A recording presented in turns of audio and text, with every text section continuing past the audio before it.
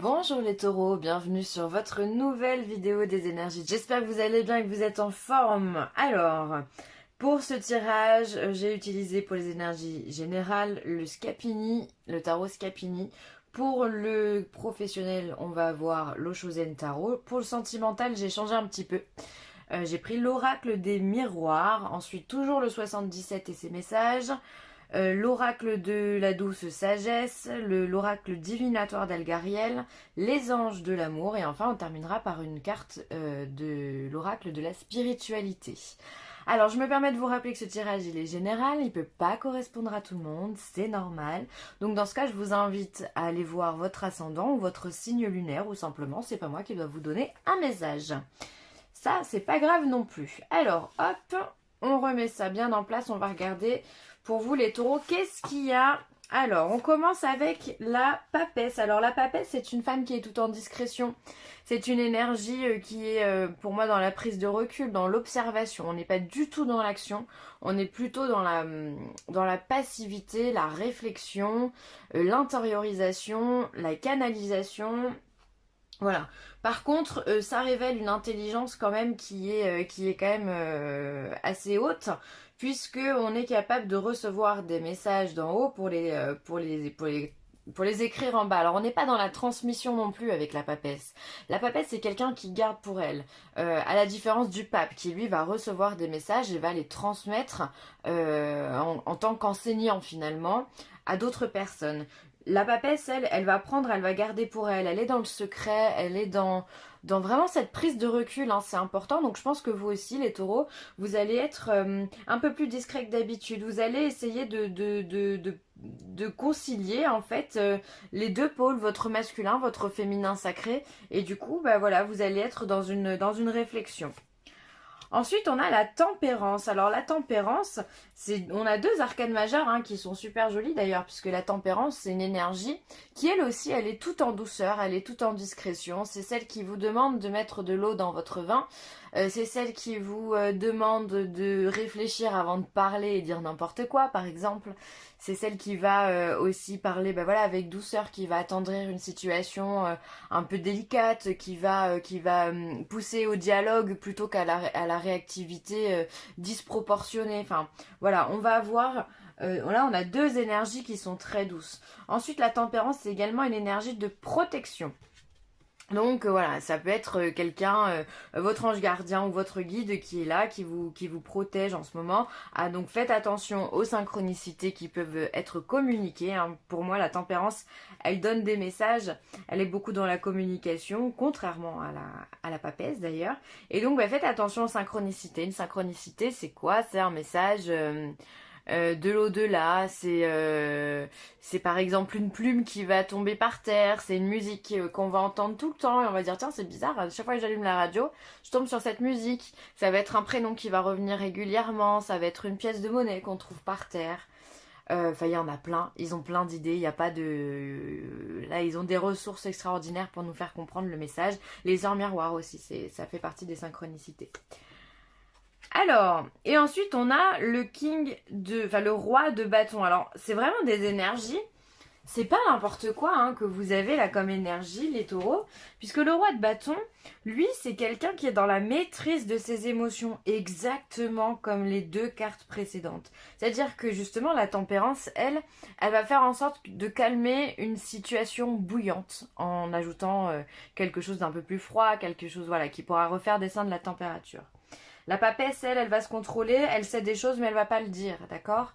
Et là, on a le roi de bâton qui, lui, va pouvoir parler, mais qui va aussi être dans le contrôle physique de ses émotions. Pour moi, c'est vraiment l'expert dans les arts martiaux, par exemple, vous voyez? C'est vraiment un sage qui ne va pas s'emballer, c'est...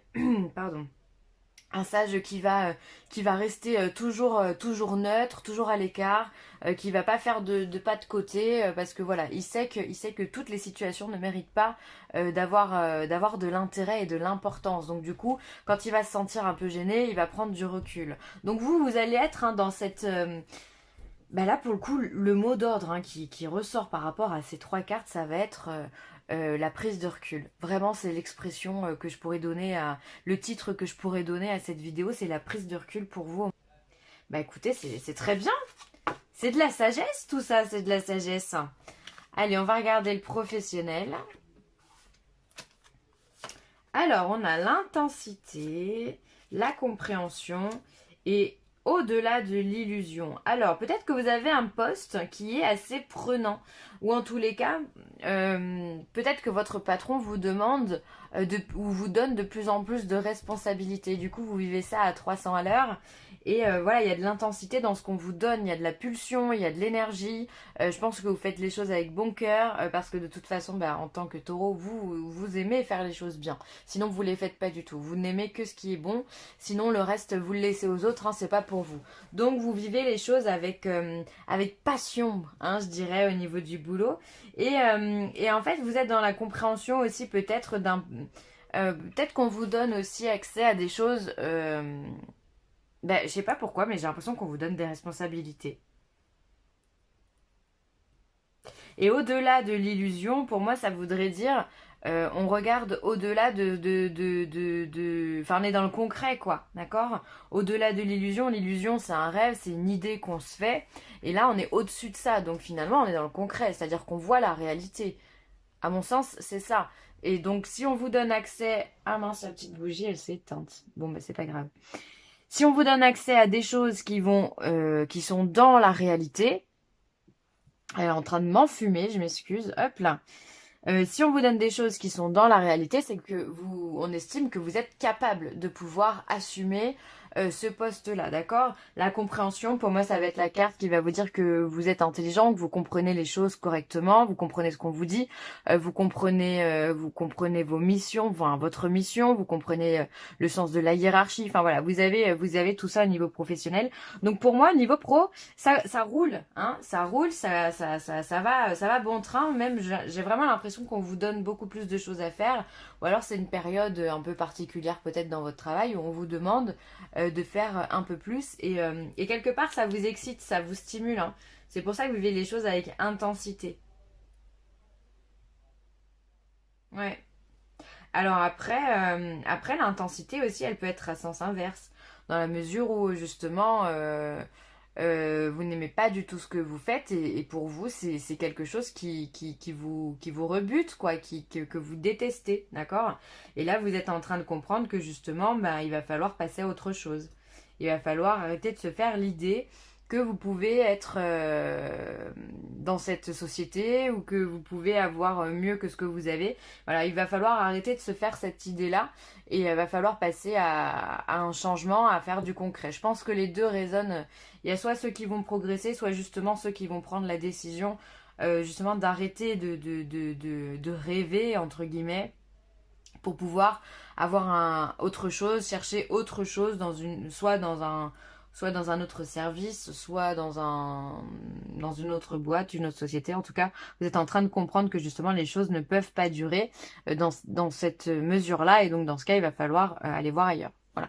En tous les cas, vous êtes en train de réfléchir à tout ça et vous y réfléchissez encore une fois avec intensité. Hein. C'est pas une petite réflexion pour ceux qui sont dans ce cas-là, c'est que les choses, entre guillemets, l'heure est grave. Allez, hop. Il y a les deux cas de figure. Quoi qu'il arrive, si vous êtes au top dans votre vie professionnelle, tant mieux. Et si vous êtes de ceux qui devaient changer de travail, écoutez, ça peut être que du mieux. Quand on part de tout en bas, on peut que monter. Donc voyez ça comme quelque chose de positif au lieu de vous dire oh là là, faut que je change et comment je vais faire et tatati et tatata. Dites-vous que simplement, quand on est en bas, on peut faire que monter. Voilà. Alors, sentimentalement parlant, on a un bouclier, on a de l'argent et on a de l'amour. Alors, est-ce qu'on serait pas dans une situation où justement on n'ose pas tout donner, on se protège un petit peu, peut-être parce que vous avez de l'argent, peut-être qu'il y a de l'argent en jeu, et du coup vous vous protégez, vous êtes ce personnage ici qui mettait ce bouclier au-dessus de votre tête pour pas être mouillé, pour pas être vu, pour pas être reconnu. Enfin voilà, il y a plein de significations à ce terme bouclier. Mais en tous les cas, pour moi, c'est une protection qu'on se met, peut-être pour pas se donner à fond dans une passion parce qu'il y a une peur. Si on met un bouclier, c'est qu'il y a une peur derrière. Donc ce qui est intéressant de savoir dans ce cas-là, c'est pourquoi vous avez peur, de quoi vous avez peur. Est-ce que cette peur, elle est raisonnable? Parce que mine de rien, derrière, il y a l'amour. Donc est-ce que vous n'êtes pas en train de mettre des barrières par rapport à une personne qui vous aime tel que vous êtes, simplement parce que, bah, je sais pas, vous avez de l'argent ou autre, ou vous n'osez pas vous lancer? Ça peut être le cas pour certains d'entre vous. Ensuite, il peut y avoir aussi le cas...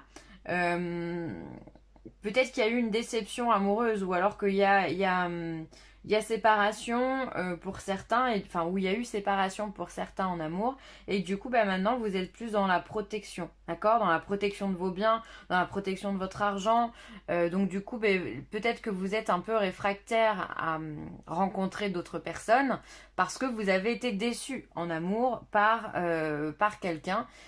Soit qui vous a tout pris, soit avec qui vous étiez amoureux et que bon, bah, ça ne l'a pas fait.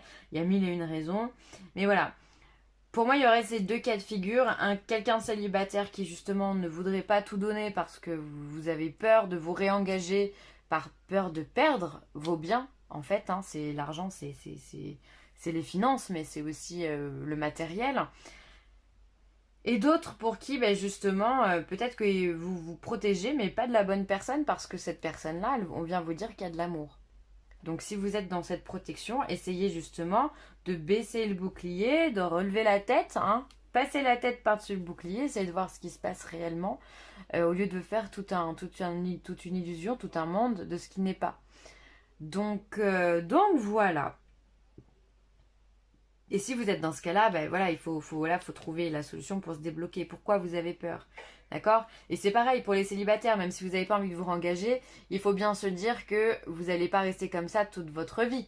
C'est-à-dire qu'il va falloir avancer. D'accord? Si vous voulez rencontrer l'amour, il va falloir justement faire tomber ce bouclier, hein, faire tomber le mur. Hein.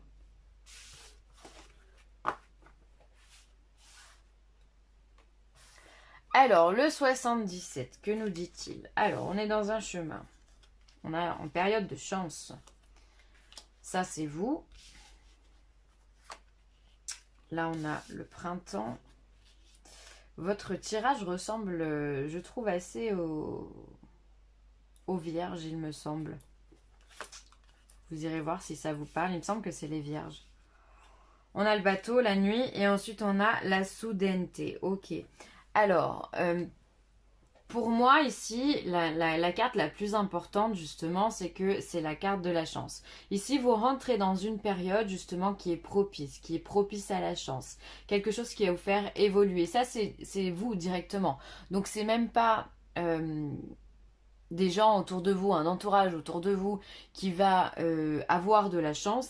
C'est vraiment vous qui êtes en relation directe avec cette notion de chance, de réussite, de concrétisation, d'opportunité, de choses, bim, on claque des doigts, on obtient.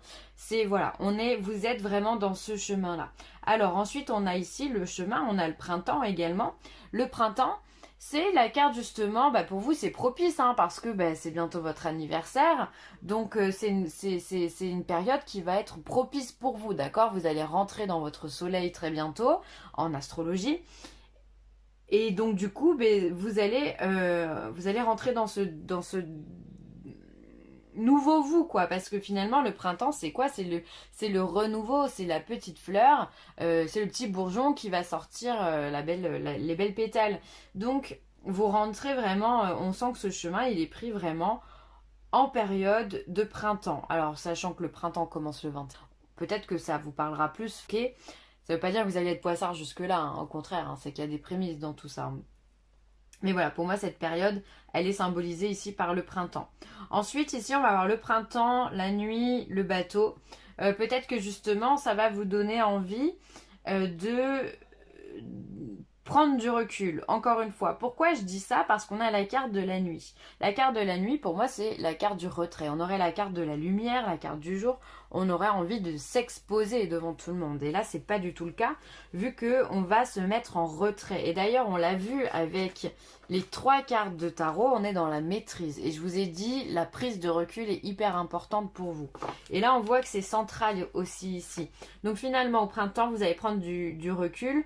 Et ensuite, on a la carte du bateau qui, pour moi, dit partir. Donc partir en silence, partir en discrétion. Donc prendre du recul, pour moi, ça a tout son sens. Ça peut être aussi vouloir faire un voyage, peut-être seul ou avec peu de monde, en tous les cas pour vous changer les idées, pour vous aérer l'esprit. C'est possible que vous ayez envie de partir, hein, d'accord? Encore une fois, cette carte de bateau, elle touche la carte du consultant, donc pour moi, c'est en lien direct, encore une fois, avec vous. C'est pas votre entourage ou c'est pas quelqu'un qui pourrait, ok? C'est vous. Vous avez besoin de partir. Bon. Et ensuite, ici, on va avoir la carte de la chance, la carte de la nuit et la carte de la soudaineté. Pour moi, là, la chance, elle va vous être donnée au moment où vous y croyez le moins. Encore une fois, cette carte de la nuit, on a rarement des opportunités quand on dort, ou en tout cas la nuit. Sauf si vous sortez et que vous êtes somnambule ou que voilà, vous êtes insomniaque ou je ne sais quoi. Mais voilà, il y a rarement des opportunités. Donc pour moi, ça va être vraiment le moment où peut-être il y a blackout dans votre tête, vous voyez plus rien. Justement, là, l'opportunité va vous tomber dessus de façon très soudaine, très rapide. D'accord? Quand on a la soudaineté, c'est bim. C'est voilà, on s'attend pas, ça tombe dessus quoi. Voilà. Donc ça peut être une somme d'argent qui vous est donnée, ça peut être une somme, si c'est une somme d'argent, ça peut être une somme d'argent suite à une perte d'ailleurs, hein, vu qu'on a cette carte-là. Si vous êtes dans l'attente d'un héritage ou d'un procès, ou ça peut être aussi un licenciement qui vous donne justement l'opportunité de faire d'autres choses. Ça peut être vous, votre démission ou la vente d'une maison. En tout cas, on gagne de l'argent parce qu'on se sépare de quelque chose. C'est possible aussi, d'accord? Et ça peut être une prise de décision justement, encore une fois, très rapide. On l'a pas vu venir, hein. Eh ben dis donc, c'est quand même vachement bien, hein, votre signe, les taureaux, hein. Alors, prière. Donc là, encore une fois, on vous parle de prière, on vous parle de recueillement, prendre du temps pour soi, d'exprimer ses désirs. Encore une fois, peu importe à qui vous vous exprimez, on sait très bien que c'est quelque chose qui est au-dessus de nous. Mais voilà, vous avez besoin de vous recueillir et d'exprimer très clairement ce que vous voulez que l'univers vous apporte. Ça, c'est très important. Ensuite, ici, on a la carte 23, pardon. C'est la carte de la corde. Alors, cette carte de la corde, elle peut vouloir dire que parfois, vous allez vous vivre des moments d'instabilité. Voilà, le but du jeu, c'est quand même, on a une corde ici qui semble bouger, d'accord, et on n'arrive pas à l'attraper. Le but du jeu, c'est d'attraper la corde et de la tirer vers nous et qu'elle ne bouge plus, qu'elle soit statique. Là, on voit qu'elle est vraiment en mouvement. Donc, il pourrait y avoir de l'instabilité, il pourrait y avoir des gens ou des situations qui, justement, essaient de vous faire un petit peu vriller par rapport à la maîtrise que vous avez, comme on l'a vu précédemment. Je vous montre du doigt, mais vous ne voyez pas, avec les cartes du tarot. Ensuite, faites un effort. Ah ben là, pour le coup, ça résonne avec les cartes précédentes. Le grand amour vaut bien le respect des étapes pour lesquelles vous devez passer.